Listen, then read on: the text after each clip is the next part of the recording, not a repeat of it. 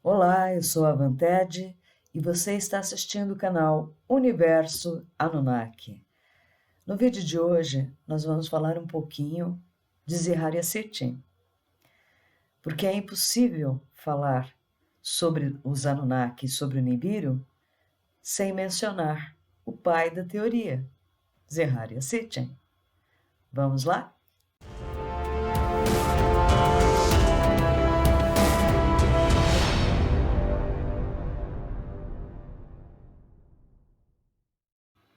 Zeharia Sitchin, o pai da teoria. Após 30 anos de intensas pesquisas e profundos estudos em cima das traduções das tabuletas de argila mesopotâmicas espalhadas pelo mundo inteiro, Sitchin publicou seu primeiro livro, O 12º Planeta, que é a base da sua teoria e o princípio de tudo. E ao contrário de muitos outros autores e teóricos do astronauta antigo, Sitchin não só levantou questões, ele apresentou uma teoria completa sobre as origens da humanidade. Ele foi realmente bem fundo nessa história. Então vamos hoje entender um pouquinho sobre ele. É tão controverso, é sempre tão discutido, discute-se sua capacidade, se ele mentiu, se ele inventou, se ele traduziu, se ele interpretou. Vamos lá. Para entender melhor Sitchin, a gente precisa saber de sua origem, qual a base que o formou. E a gente sempre encontra informações de que ele nasceu na Rússia, ele mesmo divulgava isso. E de fato, Zeharia Sitchin é um nome de origem russa. Mas, pesquisando um pouquinho mais a fundo, eu li um artigo de um amigo pessoal dele, que foi aluno dele nos Estados Unidos, e esse artigo dizia o seguinte, que Sitchin, na realidade, nasceu em Baku, no Azerbaijão. Vamos entender um pouquinho isso. Em 1917, estava acontecendo a Revolução Russa, que derrubou a autocracia imperial. E os bolcheviques, liderados por Lenin, iniciaram uma guerra civil.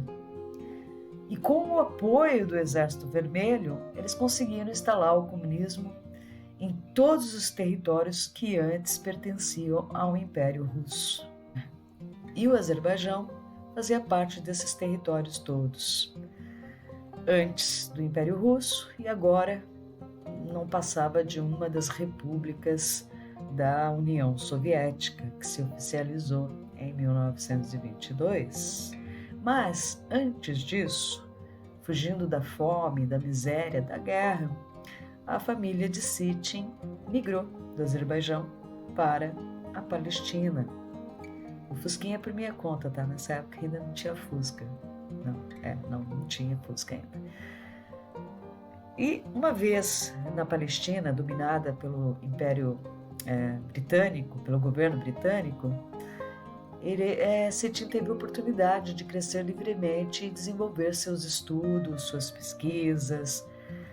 Então, inclusive ele participou de escavações arqueológicas e teve a oportunidade de aprender várias línguas do Oriente Médio, e ele tinha realmente conhecimento profundo do hebraico, de outras línguas arcaicas do Oriente Próximo, europeias também. Então ele tinha uma base boa para saber ler e entender esses textos antigos. E a busca de Sitchin começou bem cedo. Ainda em idade escolar, por volta dos 8, 9 anos, o professor, em sala de aula, leu esse versículo 4 do capítulo 6 do Gênesis, que é uma tradução bem forçada e que até bem pouco tempo atrás ainda constava nas Bíblias.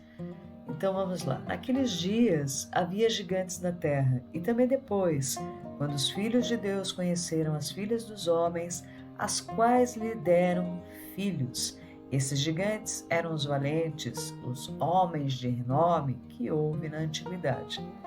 Porém, no original hebraico, a gente lê o seguinte: os Nefilim estavam sobre a terra. Naqueles dias e depois também, quando os filhos dos deuses viviam com as filhas de Adão e elas lhe deram filhos.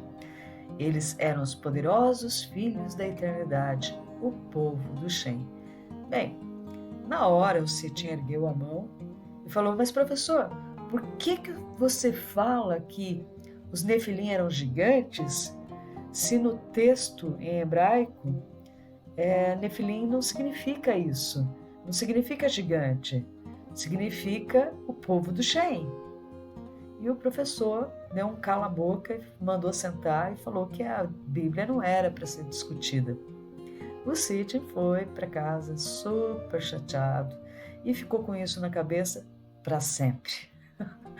Então, ele, na cabecinha dele, ele não estava questionando a Bíblia, ele estava questionando a tradução, né? Por que no inglês, eles estavam ali aprendendo inglês, por que no inglês estava escrito Nefilim, que Nefilim era gigante, sendo que a palavra em hebraico para gigante era Anakim, e Nefilim tinha outro significado, que era o povo do Shem.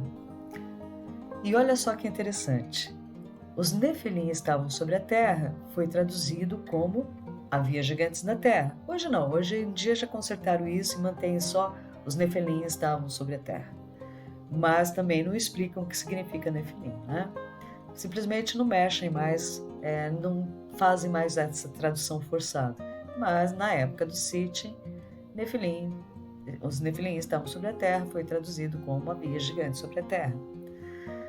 E Nefilim é um termo derivado da palavra de raiz semita nafal, que significa literalmente a ser lançado. Então, no contexto geral do texto, significava que aqueles que foram lançados para a terra. E o verso povo do Shem foi traduzido como povo de renome. Mas como assim? Se o povo do Shem, que na verdade significa o povo das naves espaciais, por que foi traduzido como povo de renome? Aí é que está a questão, e o Sitchin explica muito bem essa passagem. Acontece que Shem vem do original Shumu, que é a junção de duas outras palavras em sumério. Shu, que significa aquilo, e Mu, que serve para ir longe. O que será que serve para ir longe, né? Então, Shumu passou para o acadiano Shan e depois para o hebraico Shem. Só que por que Shem passou a significar povo de renome, é o mesmo nome em hebraico? Porque, vamos fazer uma comparação. Shumu, aquilo que serve para ir longe. Então, está se referindo a um veículo que serve para ir longe, uma nave espacial. E quem tinha essas naves?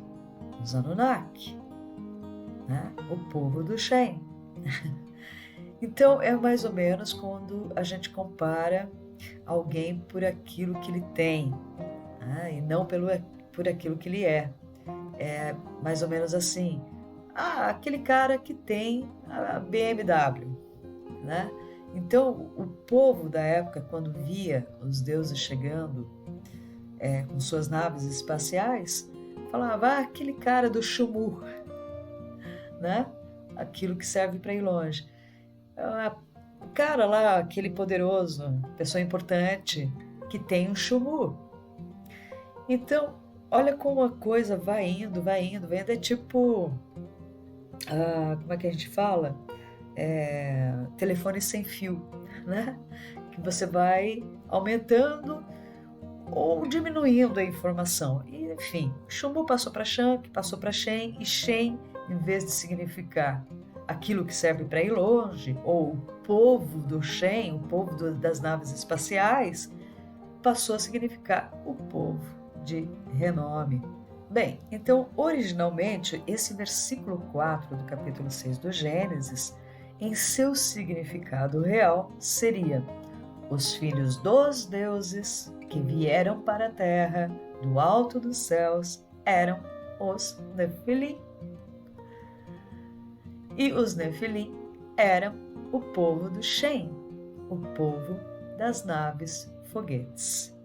Eu acho que o Sitchin é realmente genial nessas explicações que ele dá e essas conexões que ele faz e o conhecimento profundo que ele tem dessas línguas arcaicas, não?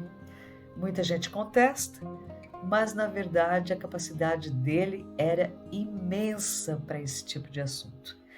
E outras coisas que falam sobre Sitchin é que ele não tinha formação acadêmica, ele não era um acadêmico, ele não poderia estar lançando essa teoria dele com nenhuma base acadêmica. E eu acho exatamente o contrário, né? Porque o Sitchin, além de ter estudado na Universidade da Inglaterra, né, a London School of Economics and Political Science, ele também se formou na Universidade de Londres com mestrado em História Econômica. Ah, mas História Econômica não é história? É mais do que história, é bem mais aprofundado. O assunto vai fundo.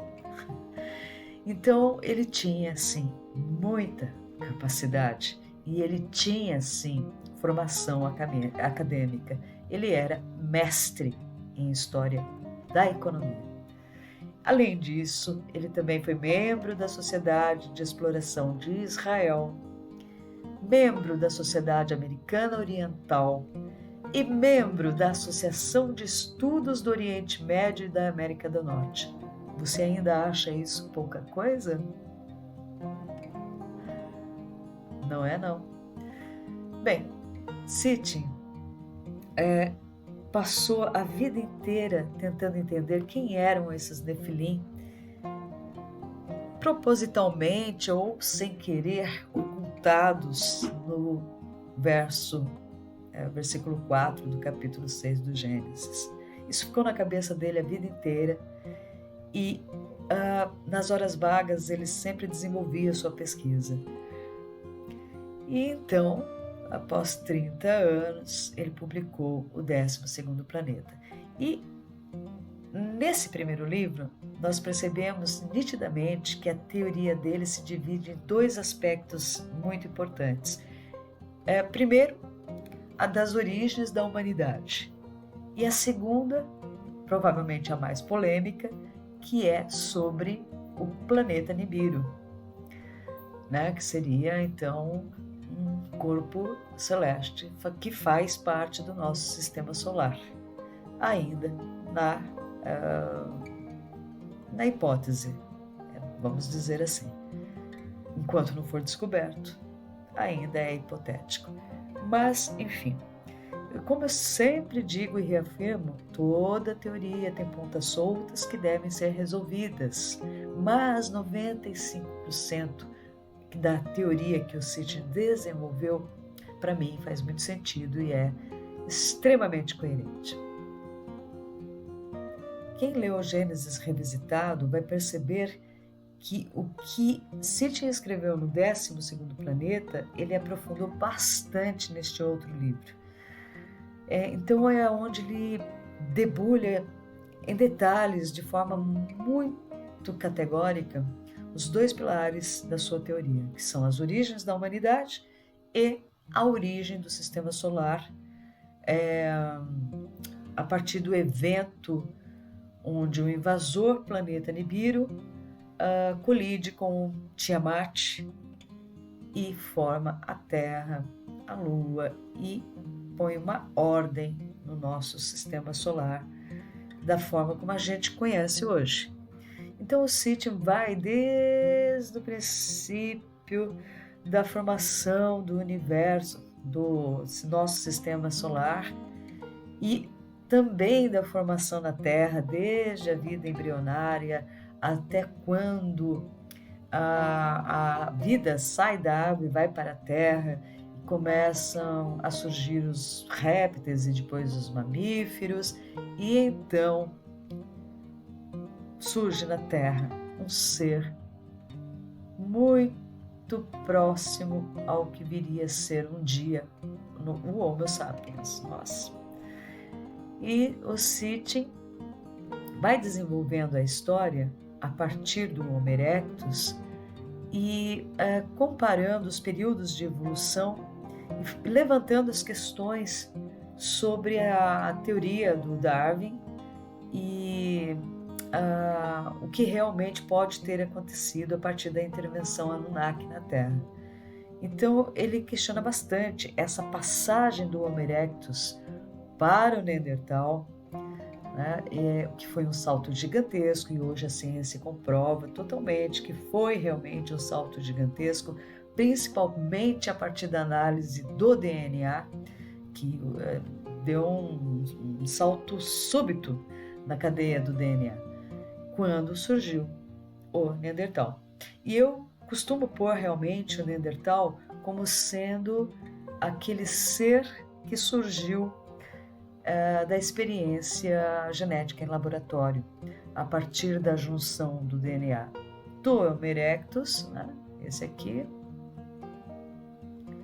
com os Anunnaki, formando então um trabalhador primitivo muito próprio para o trabalho pesado, um ser bem rústico, não muito sofisticado, mas porém bastante inteligente, capaz de obedecer às ordens, os comandos, se comunicar e também trabalhar usando suas ferramentas. Era realmente, na minha opinião, um ser bastante adequado para ser o trabalhador primitivo que surgiu em laboratório. Depois Sitchin fala do salto, outro salto que a humanidade deu, passando do estágio Neandertal. Quando eu falo Neandertal, podem ser outros seres similares ao Neandertal, como Denisovano, Heidelbergensis, todos na mesma época, né? Com poucas diferenças em intervalos de tempo, mas todos convivendo ali nessa mesma época. E a partir desses seres, a gente percebe um outro salto evolutivo, também inexplicável, e sem as ossadas intermediárias, do Neandertal para o Cro-Magnon.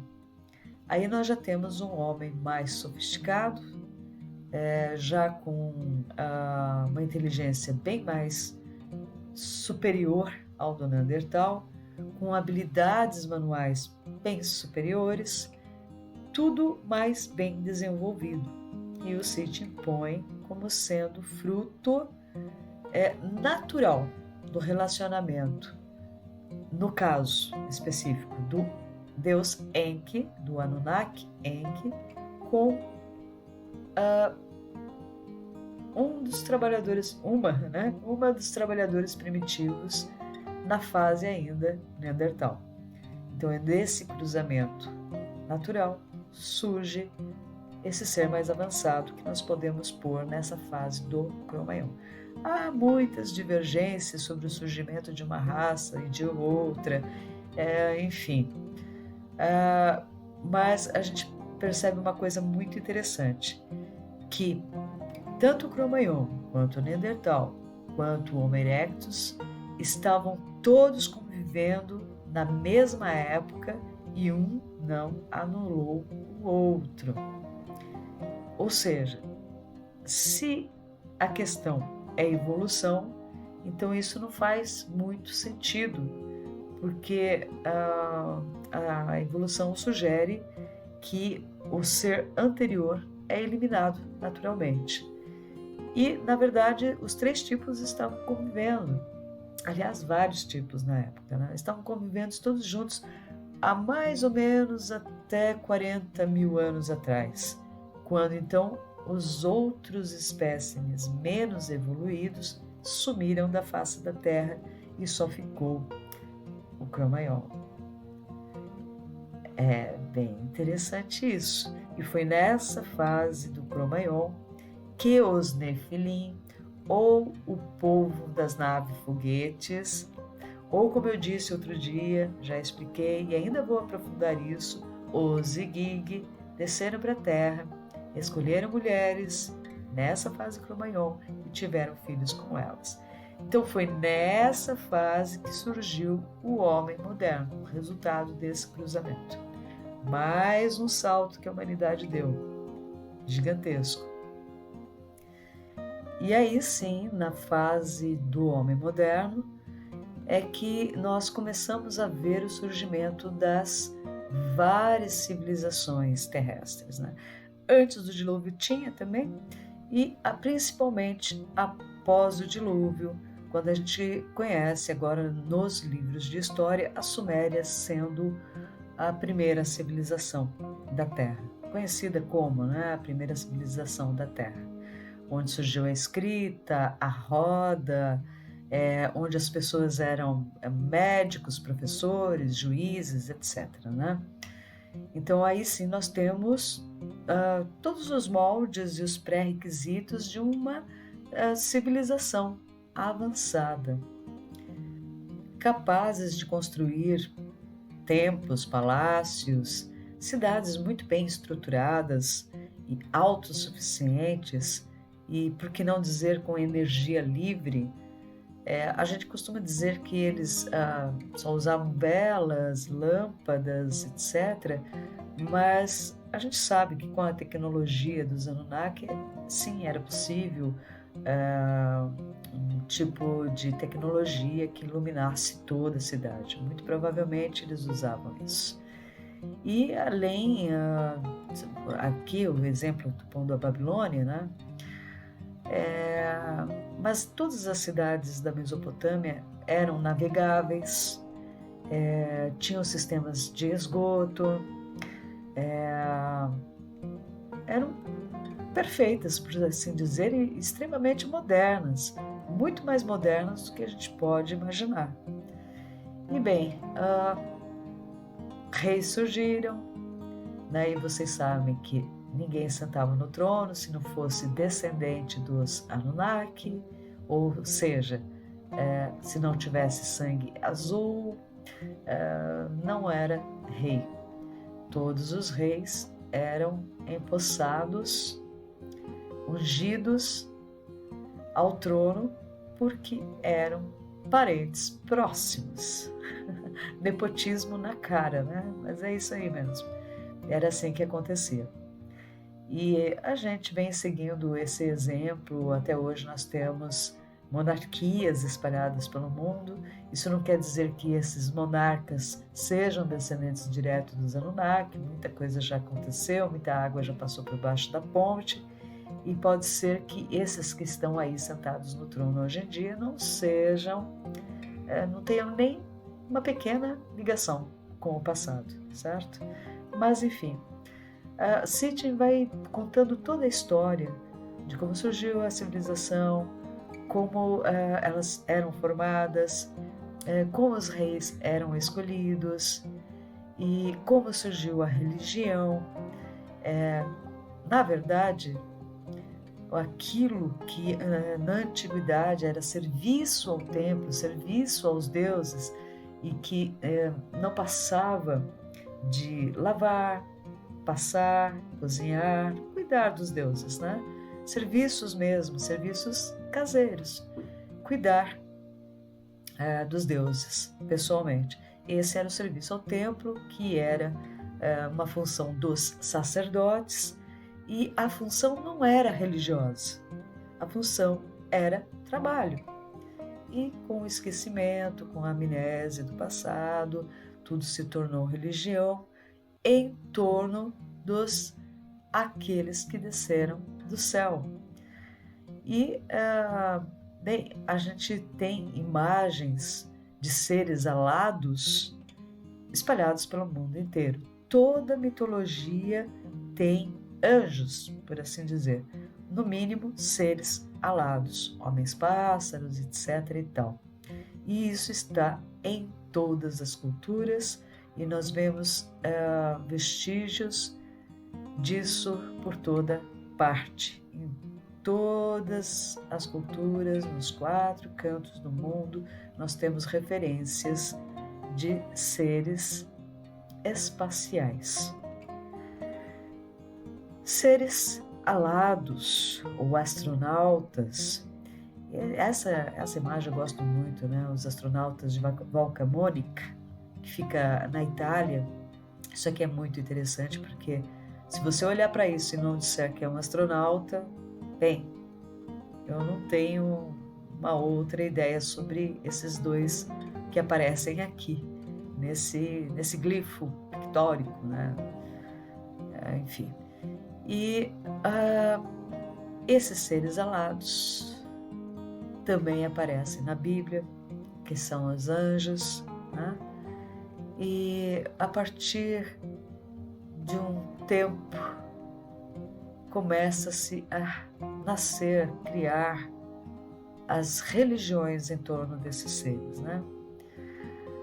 Então é muito interessante tudo isso. E daí nós temos todo o mito da criação bíblica, né? Adão e Eva no Jardim do Éden. E a gente vai aprofundar bastante isso, tá?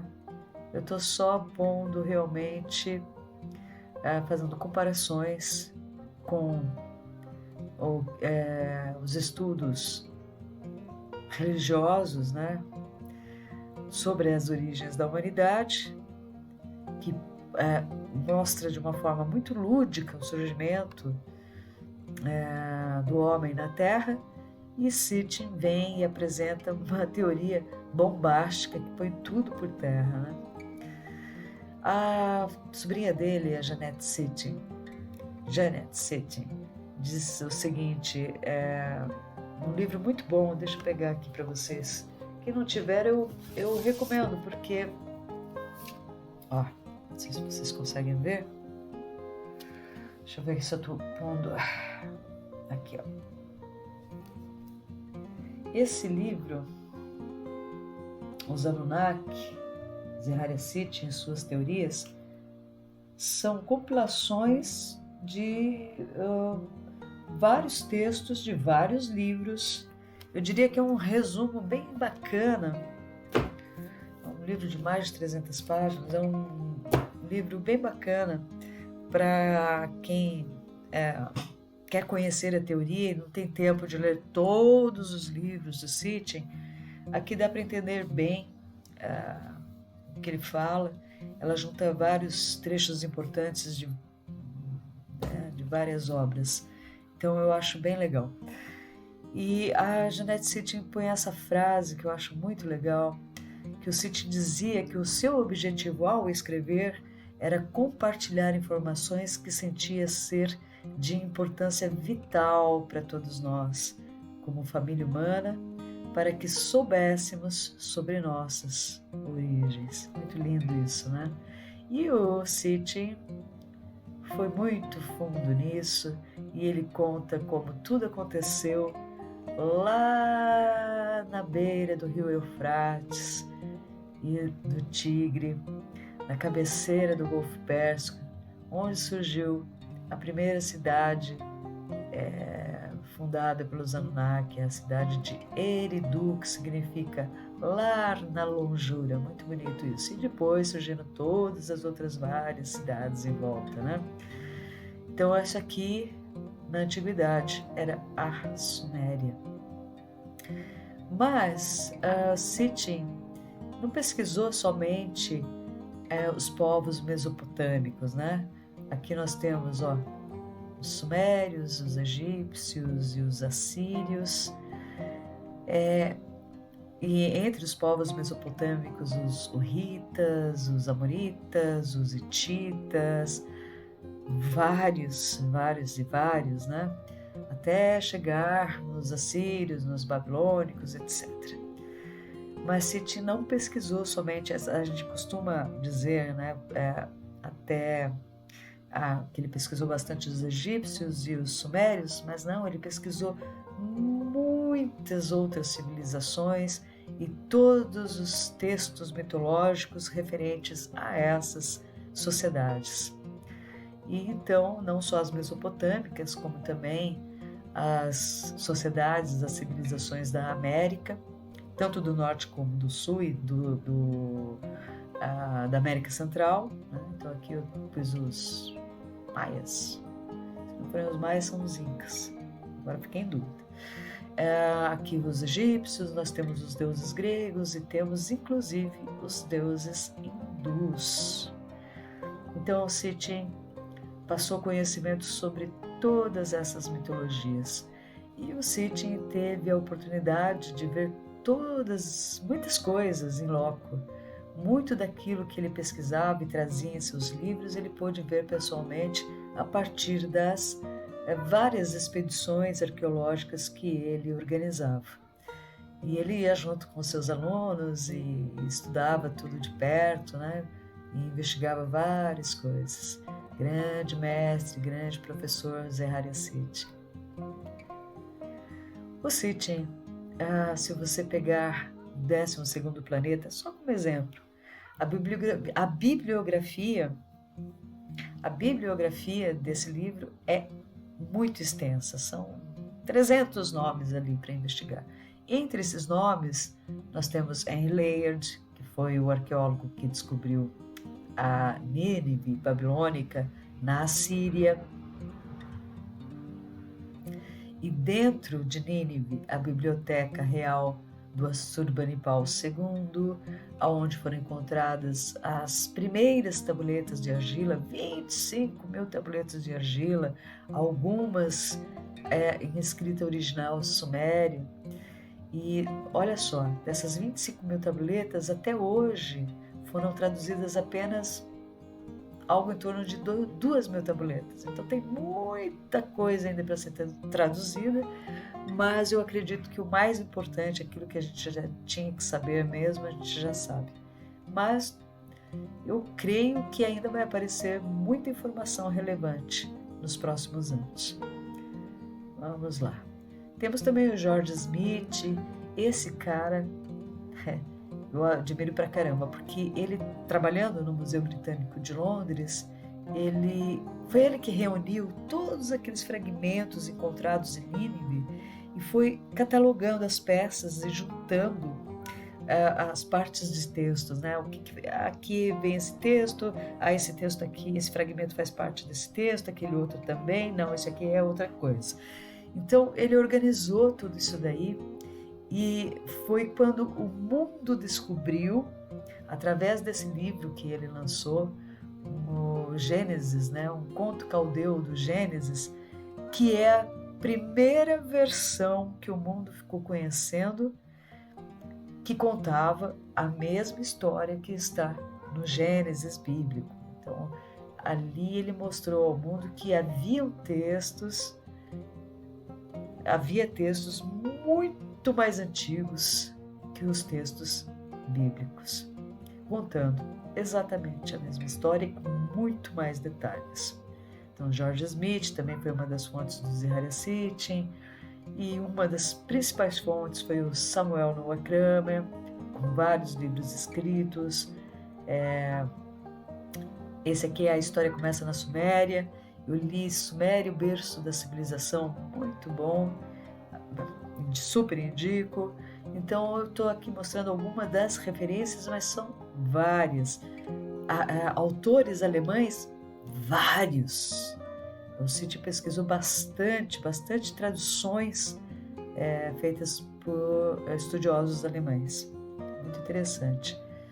Bem, dentre todas as descobertas, uma das mais interessantes, e eu sempre exponho, é essa lista dos reis sumérios, que é esse tijolão aqui, e cuja frase já começa dizendo: quando a realeza desceu dos céus, né? Isso foi há mais ou menos 450 mil anos, e aí por aí você pode ver por que os estudiosos achavam que era tudo mitologia, né? Porque você vê números gigantescos aqui, né? Aqui, por exemplo, o primeiro nome é Alulim de Eridu, que é o nosso famoso Alalu, o primeiro a descer na Terra. Então, quando a realeza desceu do céu, está se referindo a Alulim. O primeiro a reinar foi Alulim de Eridu, e ele governou por 8 chars. E 8 chars são 30.000 anos, e ele governou de 454.000 até o ano 388.800 antes do dilúvio. São números gigantescos. Imagina, os caras não tinham como não achar que era mitologia, que não passava de mitologia, né? Olha o último aqui da lista, ó. Uziusudra, o nosso Noé bíblico, o nosso Noé sumério, que governou em Shuruppak 36.000 anos até o dilúvio. Muito legal, né? Bem, eu sempre digo que para a gente entender o presente e antecipar o futuro, ou seja, imaginar o que pode vir a acontecer ali na frente, a gente tem que olhar para trás, a gente tem que investigar o nosso passado. E foi isso que o Zeharia Sitchin fez muito bem, muito coerentemente, trazendo as informações mais relevantes para as origens da humanidade e respondendo às questões mais importantes que a gente filosoficamente faz. Quem sou eu? De onde eu vim?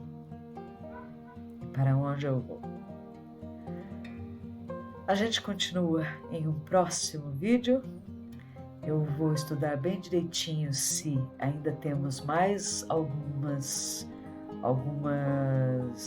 coisas a serem tratadas dentro da série Basicão Anunnaki. Se não tiver, eu vou encerrar o quadro e daí nós vamos aprofundar mais toda a história. Se ainda tiver alguma coisa que eu acho que se encaixe no Basicão Anunnaki, eu trago nos próximos dias, ok? Então, se você gostou, compartilha, curte. Se você não gostou, descurte, tudo bem, faz parte, né? Mas eu acho que você gostou. Então, compartilha para alguém que tem curiosidade sobre isso e quer entender isso bem direitinho, desde a base, né? Uma raiz mais sólida de informação. Porque o que a gente mais tem na internet é desinformação. Muita gente inventando história onde não tem. Então é isso. Por hoje é só. Espero realmente que vocês tenham gostado bastante da aula de hoje.